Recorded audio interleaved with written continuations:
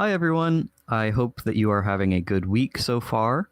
Today, we are going to be getting back into development of Dawn City Heist, and we're actually going to be starting on level building in full.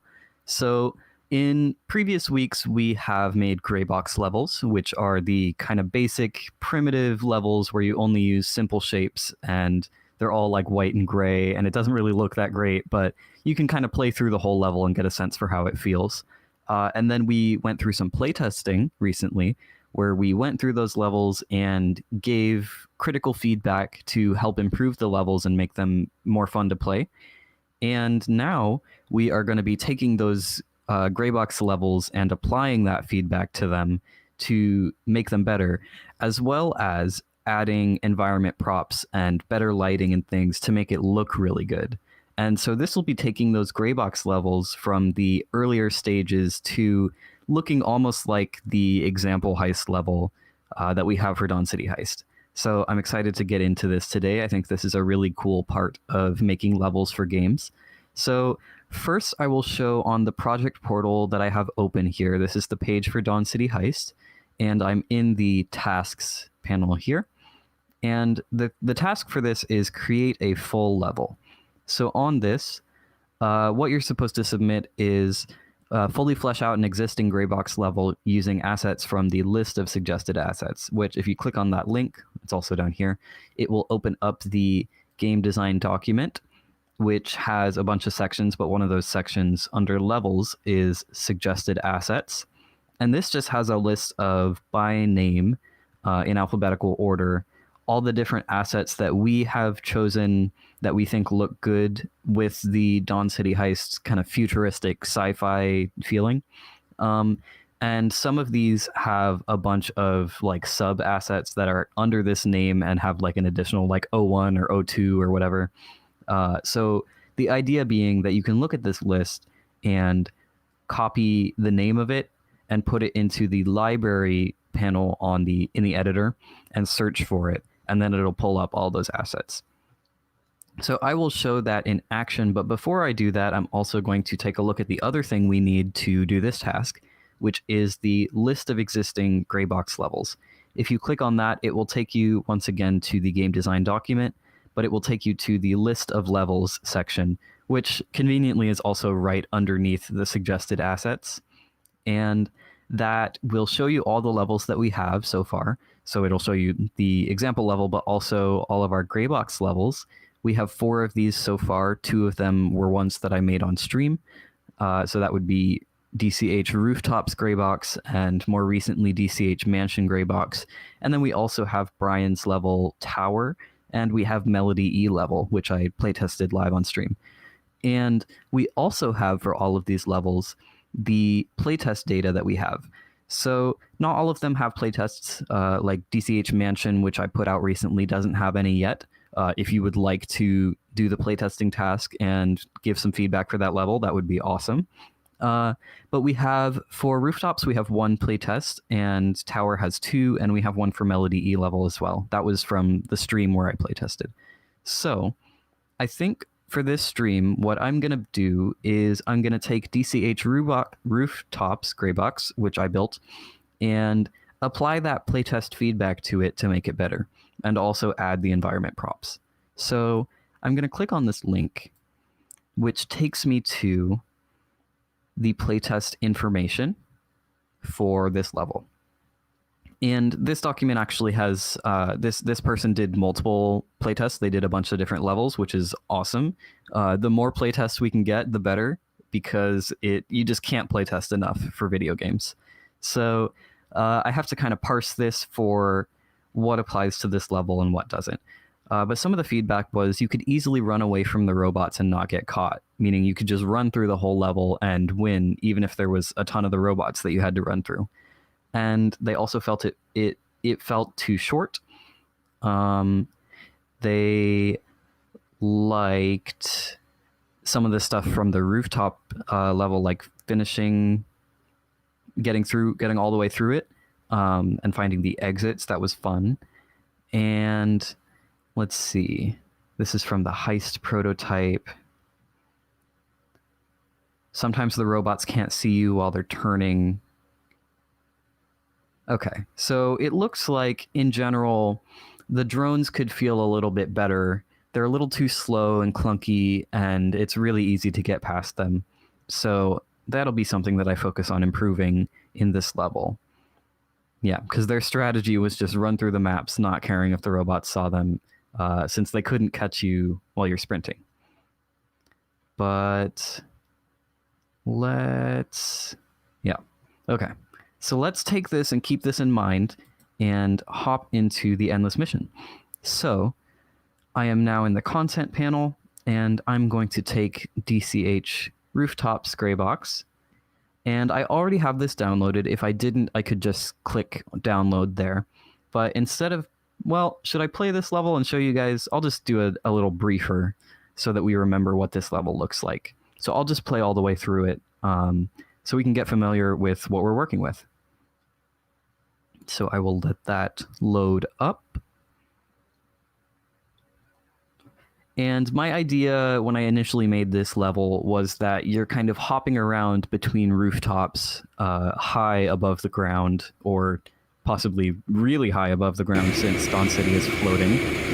Whoa, that's loud. Okay. So yeah, rooftop power heist, navigate treacherous rooftops, find the power crystal, and get to the ship to get out.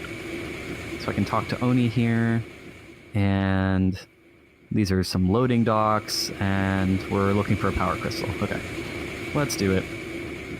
I think Oni's stuff is all set up, so I don't need to really change any of that when I make this level. So there's a bunch of different levels of these buildings. Look to. Oh, this guy's gonna see me. I'm gonna hop back over here. And turn around. And here. And just go over here, hop up on here. And these are just kind of floating bricks right now.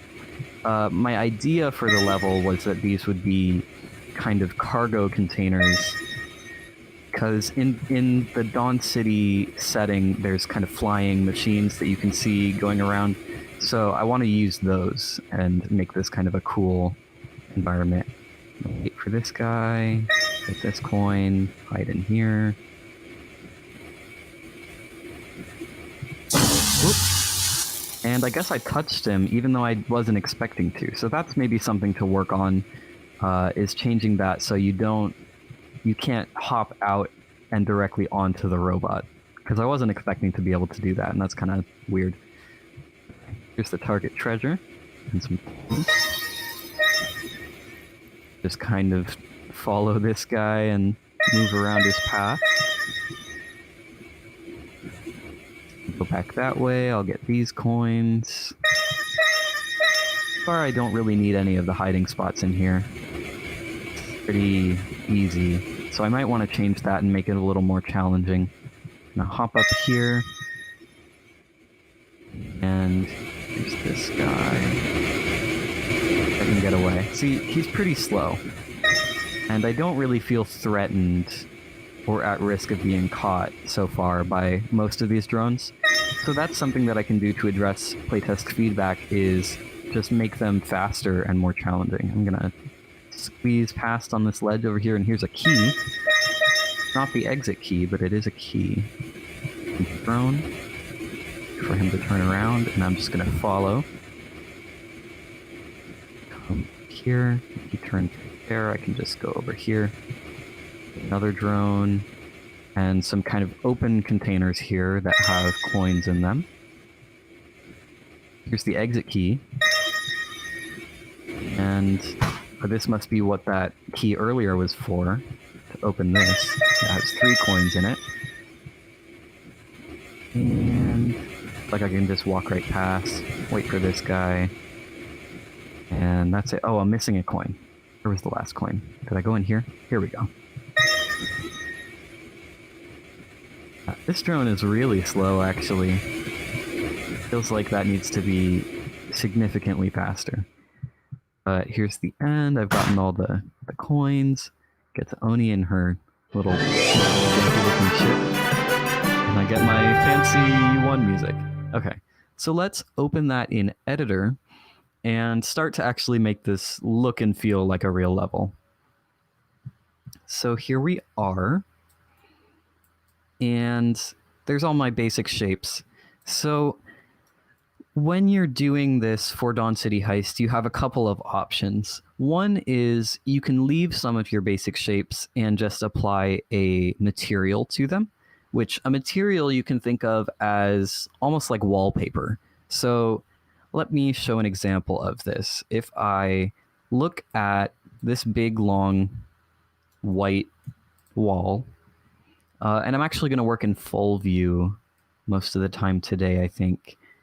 If I look at this wall and I look at its components here, it's got a hackable transform and a box collider, which just means that the player can't go through it, but it doesn't have a material.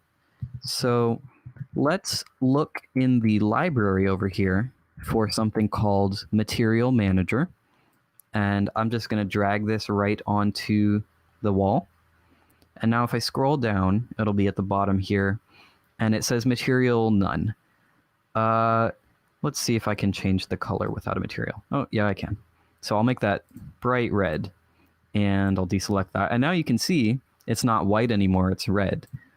But it kind of doesn't super make sense to have a big, giant, flat red wall. So instead of doing that and just changing the color, I can look for a specific material. So if I go to type here and I select material, and I'm going to get rid of my search criteria there, you'll see there's a few different materials that we have. And I'm not sure if any of these are in the suggested assets. It looks like they're not. But you still can use these, and I'm going to show you how. So, track metal siding 01, track metal 01, track sci-fi metal 01. Those are the best three to use for Dawn City.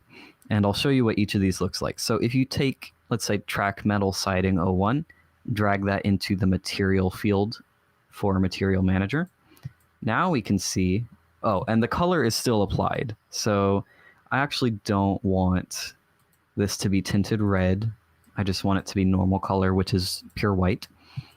So now you can see it kind of looks like a metal material with some blue glowy dots, just kind of gray and black and some stripy lines on it.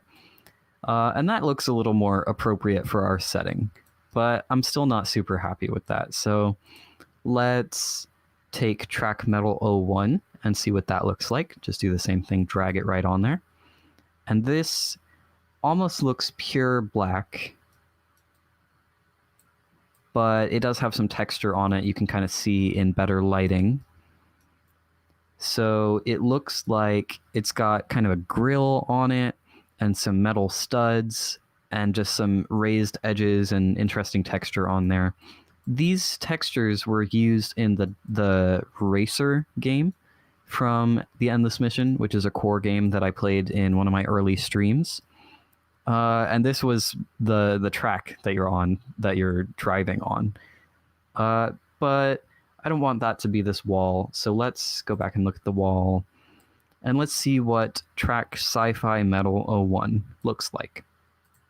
Now this one kind of has some raised surfaces. It has blue glowy outlines and then just kind of a black texture in between. And that looks pretty cool. So that's one way to change your gray box shapes, is just to apply a material to them, which I'll probably do that for some of these. But in this case, I want this to look actually more like the game environment. I want this to look like a big building in a city. So in order to do that, what I might actually do is just take this and delete it and replace it with something else. And the something else here, I'm going to go to type in the library and go to all so I can see everything. Actually, I might want to go to entity, which an entity is a game object that usually has collision. Not always, but it's a basic object. And this will, all the buildings and environment assets that I want to put in this level, those are all going to be entities. So I can just leave it at that. And now I'm going to take a look at our suggested assets and look for something that might sound like a building. So there's building block here. There's also city building megastructure. Either of those I think will work. Yep. So I'm gonna try either of those. So if I actually just search building in here, and let's try building block. So if you hover, sometimes it takes a second to actually hover over things in here, but once it loads, it should let me look at a little preview of the asset. You can't do this for all of the assets in the library, but most of them you can see it. So like this. And it'll show you just a slowly rotating image of what the asset looks like in 3D space. So this is just kind of a gray building, and they have these in a bunch of different sizes. So I could use any of these. Let's just try this one. Okay, so if I drag that out, and I put that over there, roughly where that wall was to begin with, and put it on the ground, that kind of serves the same purpose. But now it actually looks like a building. So I guess that'll work for now. I'll just leave that there. And now for these, my idea was to have these be kind of slanted rooftops. So let's see if I can find an asset that sounds like that. So awnings are kind of similar. That's like a slanted, almost rooftop kind of thing. And if it's metal, it's going to look like that. So I might look at those awnings. Let's see. So if I look for awning, here we go, metal frame thick or metal frame corrugated. There's a couple different ones. Once again, I have to let it think about it for a second. Here we go. So if I drag this out just to look at it and put it up a bit, where'd it go? Here we go. So I could rotate that to my needs. I think that's kind of how it's supposed to go, is perpendicular to the wall. It's not really as slanted as I would like it to be. I guess I could do it like that, but let me see. Or it could be the other way around, like that. I'm not really super digging that. I'm going to get rid of it. Let's see what the other ones look like. So this one that's more like it, I think. That looks pretty similar to what I had in mind. So I'm going to drag that over here. I'm going to keep these original platforms just to give me an idea of the shape that I need. I'll delete them when I'm done doing this step. So this guy, I'm going to, and this already has a mesh collider on it, which is, it's like the colliders that we've been using, but it's more complicated, and it matches the shape a little better usually. So if I stretch that out, something that you might run into when you start using these real assets is they kind of look a little bit janky if you stretch them too much, because they're not meant to be at that proportion. So this, if I stretch it out that long, it starts to kind of lose some of its resolution and look a little weird. So what I might do instead is let me unstretch that. I'm going to stretch it a little bit, but not too much. I'm not going to try to make it cover the whole length of this section. Let's put it against that wall. I'm going to try to make this about 1/3 of the length that I want it to be, and just copy paste and make 3 of them. But first I need to make this match the shape of this platform a little better. So to do that, I'm going to rotate it slightly. Just a little more. Till it's about even. Okay, so sometimes it's a little tricky to scale things the way you want to, depending on the shape of the original asset. But we're just gonna wing it and do the best we can with what we got. So again, sometimes replacing what you already have with detailed assets is a little bit tricky. And that's why in a real game studio, it's really important to have communication between departments. So like the level designers, when they're building the gray box, one of the reasons that you make a gray box is so that you can show the artists, and the artists know, oh, okay, I have to make an asset that matches this exact shape, because this shape is important for the gameplay. The player has to be able to jump on that. So that looks about right. And if I take this slanted roof object, another thing I can do if I am not sure I want to delete it, and I want to be able to bring it back if I need it, I can just disable it in the hierarchy. So now I have a slanted roof right there with this actual awning. And I'm going to... Actually, you know what I will do to make this easier on myself is put these things where they actually belong in the organization of this level.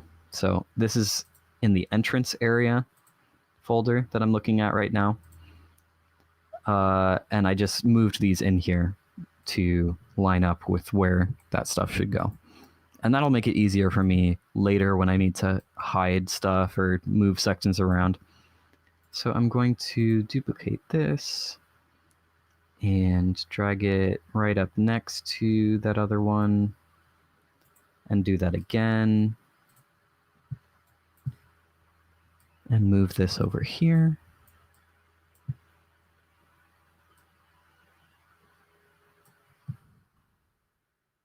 And it's about right. So that looks pretty good. So now I've replaced that old just plain white surface with a kind of cooler looking city surface.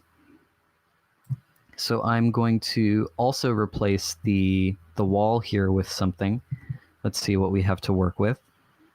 I think a building block could work. Or...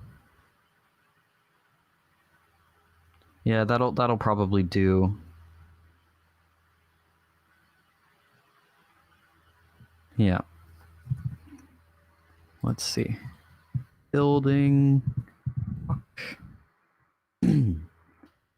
And a concrete surface is just fine for this. I don't really need anything particularly detailed.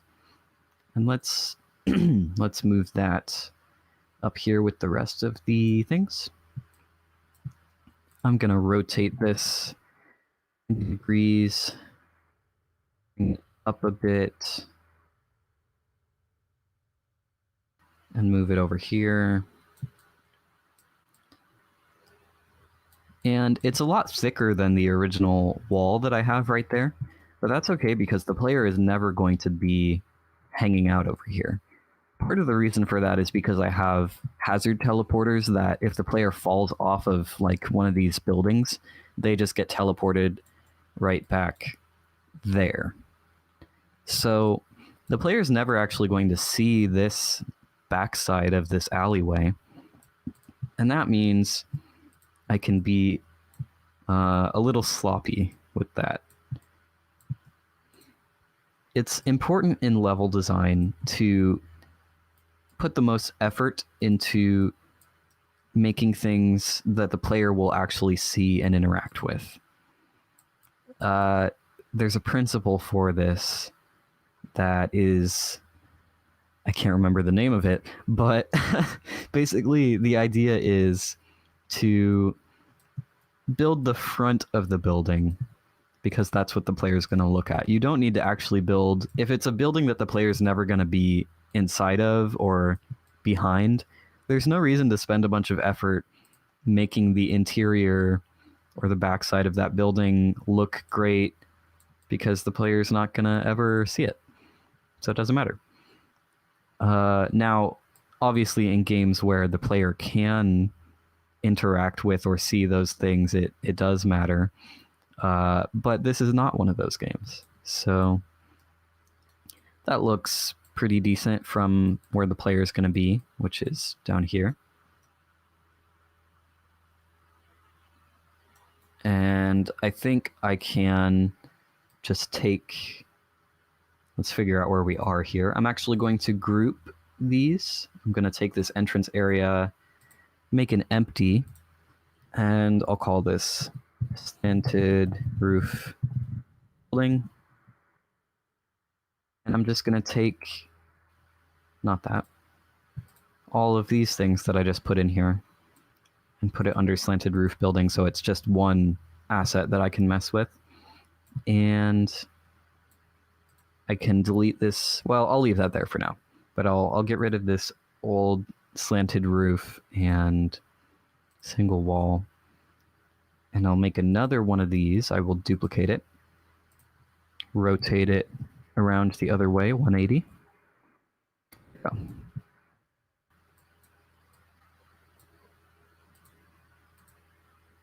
That's interesting. Sometimes, so here's one of the issues with grouping things like that in the way that I did. Sometimes it will preserve the rotation from a point that you're not expecting it to. And then you'll wind up with situations where you think you're turning it around, and it gets turned around, but it winds up over here. Like, that's what just happened to me. But it is okay, because it preserved the scale of this building, that was what was mostly important to me. And I actually need to be able to see where the old slanted roof was to get my bearings here, so I'm gonna take that back a bit. Oh yeah, and I also need this to be lower so that the player can jump onto it. There we go. And I'll move that there. That looks about right.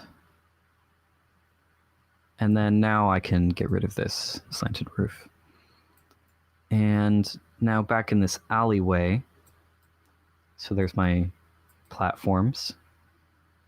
I also want to replace the ground, which is this ground plane,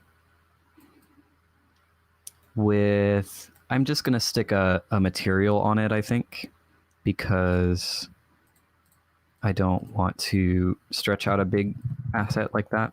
So I'm going to take Material Manager, drag it onto that ground plane, and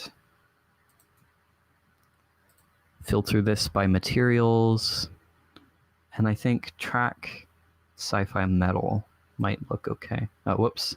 That was not the one I wanted. Track metal 01.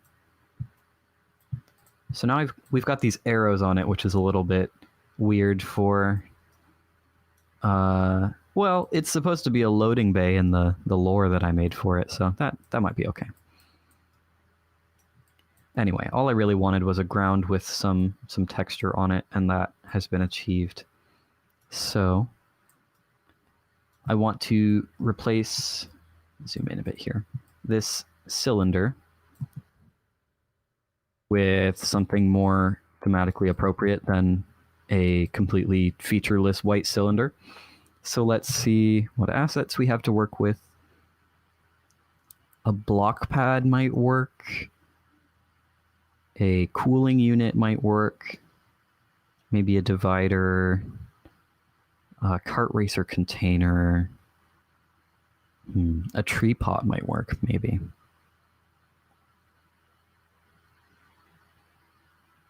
let's try a cooling unit. I think that might be okay. And here's a little tip.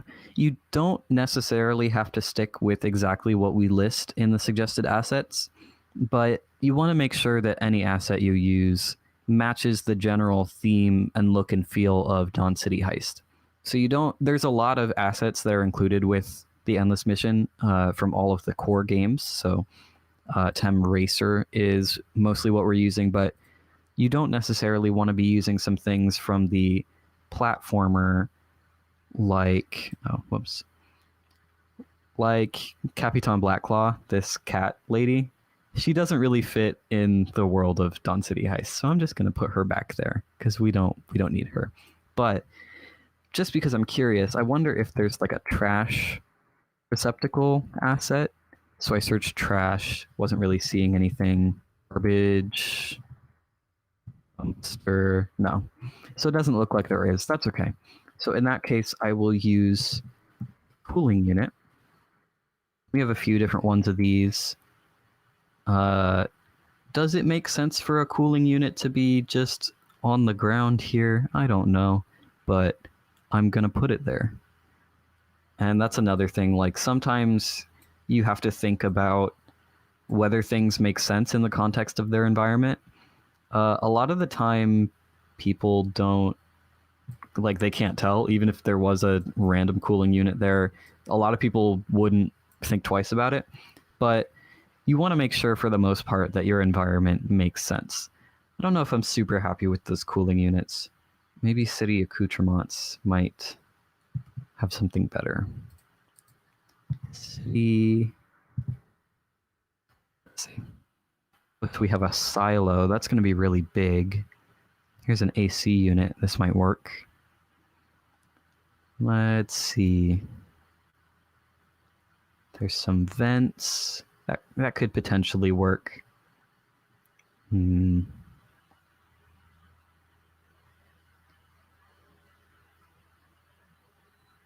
don't know. I think I'm gonna try that. If it'll unfreeze here, this AC unit, I think this will work nicely. So I'm gonna drag this into the entrance area where I've been working, and let's have that rotated that way. And it's actually okay if it's wider than that cylinder was. I'm not really attached to the size of that cylinder, because all it is a stepping stool to get up to where these balconies are, or these slanted rooftops. I am going to change the height of it, though, because I want that to be about the same, because the height it's at is necessary for it to be something the player can jump on, and that it's at the right height to get to the platforms. So let's make that a little short.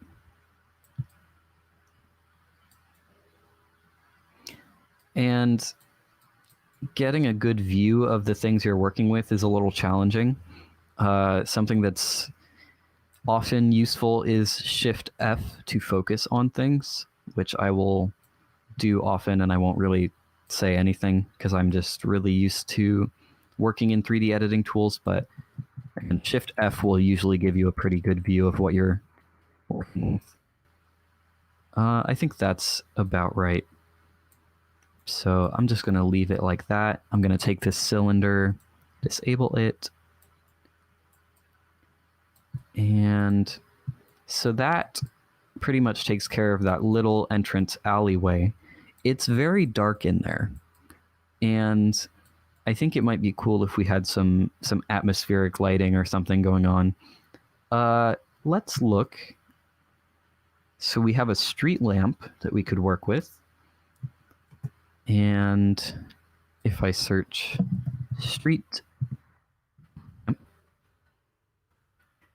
so these ones down here are from the RTS, which is not really the vibe we want to go for because they are voxel, they're blocky graphics.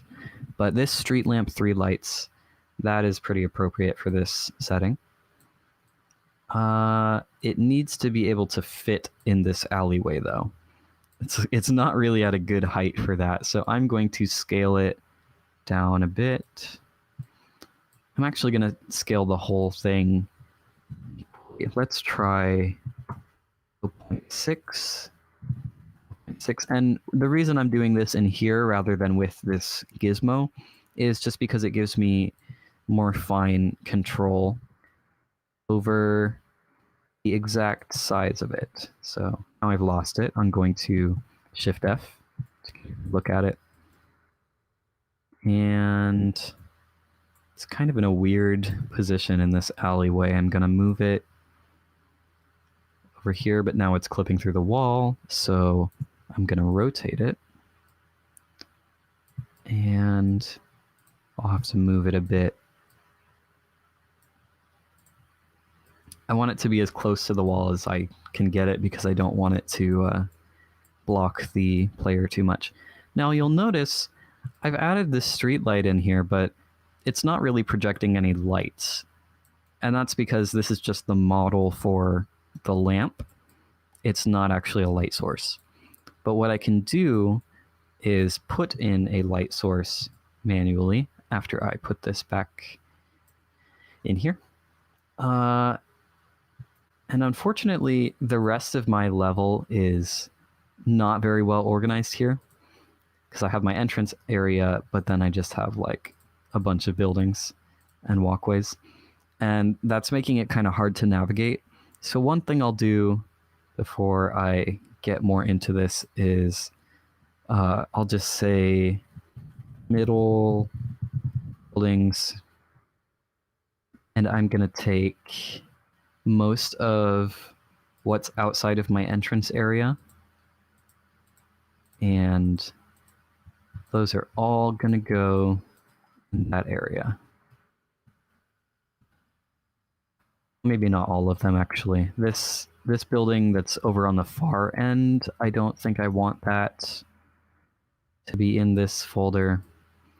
So, but I do want my first building over here, which I'm not sure where that is.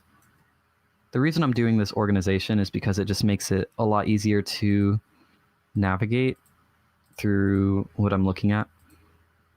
And it's kind of a pain to see everything in the level all at once. So I'm going to actually hide some of these so that I don't have to look at them. Yeah. So I'm going to take all of these middle buildings, which I just grouped together, and disable them for a second. I also don't actually need to look at the enemies in my level, and it's kind of annoying when I can see all of their territory bounds, which are the yellow semi-transparent colliders. So I'm just going to take all of gameplay and disable it because I'm just interested in looking at the level itself right now. So now with that done, I'm going to make another empty here and call this final area. And I'm going to take all of these buildings, just all of that stuff, and stick it in final area. And I'm going to disable that so that I don't have to look at it. Now I'm just looking at this tiny chunk of what I'm working on, and that makes me happier to look at this. And what I can even do to go even farther into this organization is say gray box assets and take my stuff that I disabled from earlier and put that in here. And I will also take this building and put that in there. So that means I can just look at those easier without having to worry about it. I think there's a single wall. Yeah, I'm going to stick that in there. Disable that because I don't need it. And now that's a lot nicer to look at. So anyway, back to my street lamp here. I want to add some lights to this. so that it actually illuminates this alleyway that is really dark right now. How I can do this is search for light, and lights will have this little light bulb icon next to them. And there's two types of lights that are important to know about when you're doing this, and that is spotlights and point lights. And I could do a whole stream just talking about lighting practices because it's a pretty complicated topic, but I'm actually just going to show you very briefly what these are. So first, I'll try a spotlight. And when you drag it into your scene, you'll have this little orb. And if I drag this around, you can see where it's doing a perfectly circular line of light. You don't really get a beam yet, and that's because of the lighting settings that I have right now for the actual game. But you can see just where the circle of light is being projected. And that's good if you want your lights to be kind of realistic, with like if it's coming out of a flashlight, or if I wanted these street lights to be like they're directing a circular light at the ground. Kind of hard to see in here, but if I wanted to have each one of these lights have a circle of light directly at the ground, I could do that. But I don't think that I want that. What I actually want is for this alley to be kind of softly lit, and you can't really tell exactly where the light is coming from. And a good way to do that is with a point light. So I'm going to drag that in. And similarly, you will get a sphere. But now you can see where the light is being projected evenly in all directions around this sphere. So you can kind of see how it's reflecting on Oni, and I move it closer or farther away.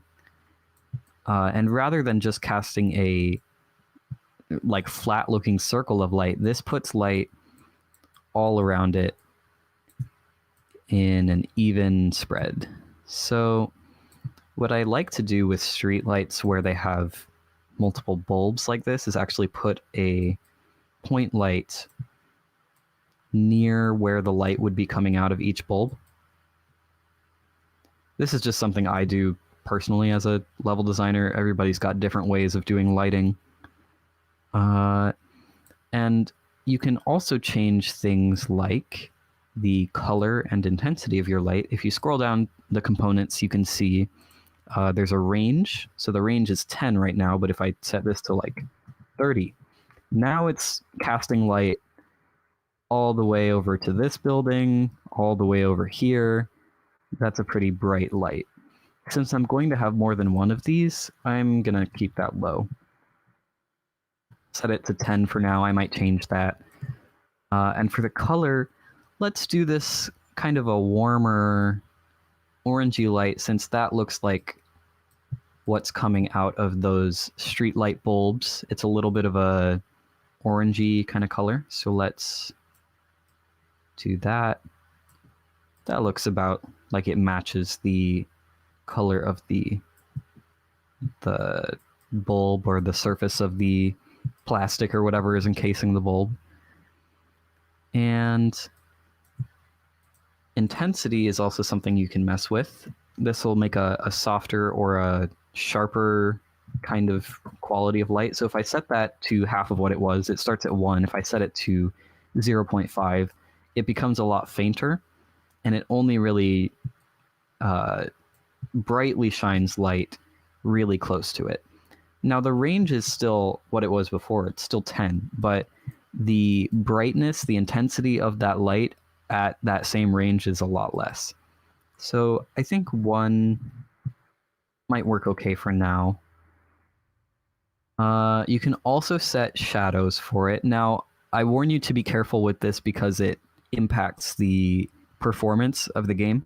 If you set if you have like 100 point lights and all of them are casting shadows in real time, which I'm not actually sure how this engine does it, but if it's doing shadow calculations constantly, that's going to be really heavy on performance.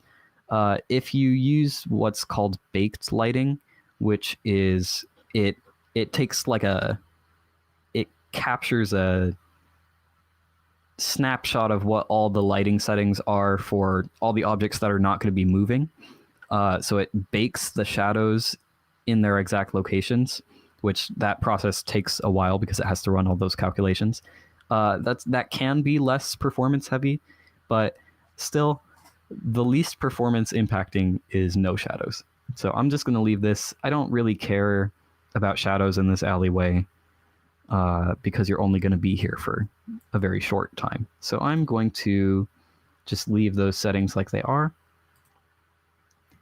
And you can enable volumetric light settings, which will do some more fancy lighting things. I'm not an artist, and I'm no specialist in lighting, so I'm not an expert on what all of these do. But you are free to mess with these if you think that you would like to change the quality of light in your level. Again, I'm just going to leave that with this fairly simple setting because that works for me. And I'm going to move this other point light. This is for this bulb. And I'm going to move that to look like it's kind of cast by this bulb. So directly in front of it. Put it over here. And I may need to change the intensity of these because I'm planning to have 3, because there's 3 bulbs for this street light. And now it's looking pretty bright in here. But that might be okay. I'm going to leave that for now. And even though I disabled all the gameplay stuff, I still have the avatar. But just to be safe, I'm going to re-enable the gameplay so that I can walk around in this space and check it out. So what I should have done before I went to play this is save it. But it's saving anyway because it always automatically saves before you test. But so I actually think that's a bug with the audio, is that it plays the drone movement sounds really loud at the beginning of the level. I might look into that. But anyway, so now we can see our space. We can kind of see the edge of this building here and the rooftops, and the lighting is pretty bright and warm and friendly here. And we can talk to Oni. Let's see if this works. And hop up there. And hop onto this rooftop. What's problematic here is I can go over the edge of this building and just off into space. It's not ideal. But it looks like this platform is working okay. I can hop across here to this other platform. And that all works. So I think I can call this entrance alleyway pretty much done. The only thing... That drone is so loud. I might have to mess with that. The only thing that's missing is detail for this building platform. So I will do that when I hop back into the editor. But you can already see how much this space feels more real just from adding like 3 or 4 detailed assets. What I'm going to do for this alleyway, though, to keep the player kind of locked in here, is I want to add more building surfaces up to the level of this building so that you can't just hop right over into empty space. Which, if I did that, I believe it would teleport me back up here, but I don't want that to happen either way. So what I'll do is I might take the easy cop-out way and just duplicate the building itself. And you'll notice my process here is a lot slower than it was with the gray boxing. And that's because it takes a lot of thought to get a game environment to look real and like an immersive and believable place. And you also have to be doing things like searching in the library of the editor to find the assets you need, moving stuff around, doing a lot of scaling. So don't be frustrated if it takes you a long time to do this. It's okay. So I actually think it'll be easier if I just duplicate this, make it skinnier, move it up here to sit on top of the other thing. Let's see. Yeah. That will work fine for my purposes. I might make it a little shorter so that it kind of matches the level of that building that you're supposed to hop up onto. And it's okay that it doesn't have anything to stop the player from hopping up on top of the edge there, because at that point you're already on top of this rooftop platform. And if you hop over the side there, it's the same behavior as if you were to hop over the side over here. I think that will be okay. What I just don't want the player to think that they're supposed to hop over while they're still in this alleyway area.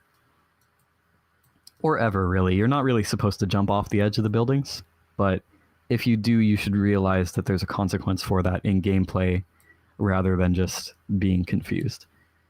Okay, let's just move this to the other side.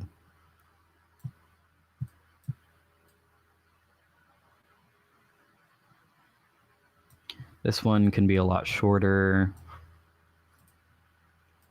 Put it up here. It looks a little janky, but that's okay. Looks better than it did before. So now I need to put a building here to be this platform. So I can look for building block. Or I might even look for, there's another one, city building megastructure. This might meet my needs, I'm not sure, so I'm going to look for city building. And there's a lot of different ones of these. Let's see if there's any that will work for this platform. I'm just going to look for the single pieces rather than the whole groups, because the groups are really big and it contains multiple buildings or sections of buildings, and I don't need all that. I just need, oh yeah. Like these are about what I want. Let's just grab this one and see what it's like. So, whoops, I want this to be on the ground. And it's interesting, this has textures on 3 sides, but not on the other. So I suppose I will rotate this. How many degrees is that? 270? Yep. And put it over here.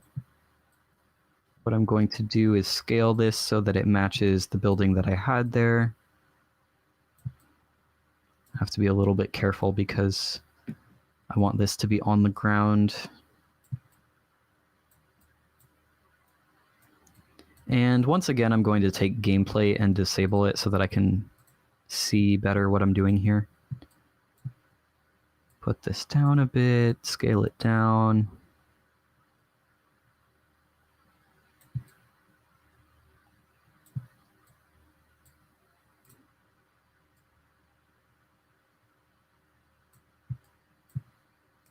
Make this a teensy bit taller. There we go. That's good enough. And I'll try to make this roughly match the size that I had originally for this building. Oh, okay, this scales out from that side. That'll do. And I'm actually going to keep this railing because I want there to be a little bit of railing on top of there. And I'm just going to apply a material to it. So I'll take Material Manager. And Is this rooftop? Is that what that is? What I might even do is just set this to a dark gray color and not even put one of the special materials on it, because I think that looks fine. So now I have this whole entrance area set up and looking pretty decent. And that's only the very first section of this level. So I know that's not the whole level done. It's very little of the level, but that's okay. And I think that should showcase kind of the general process for making full levels with the assets, but matching the gray box structure that you built, because the whole purpose of making that was to make sure that you have a fun layout for things. Because if I just started with trying to make everything look pretty, it might not actually feel good or fun to play when I got around to actually testing it. So that's why you start with making it fun first and then making it look pretty. So now if I re-enable gameplay really quick so I can test this, and first I will save. Always save. Save more than I do. I say it every stream, but it's so important. Okay. So just to close this out, I'll take a look at my progress here.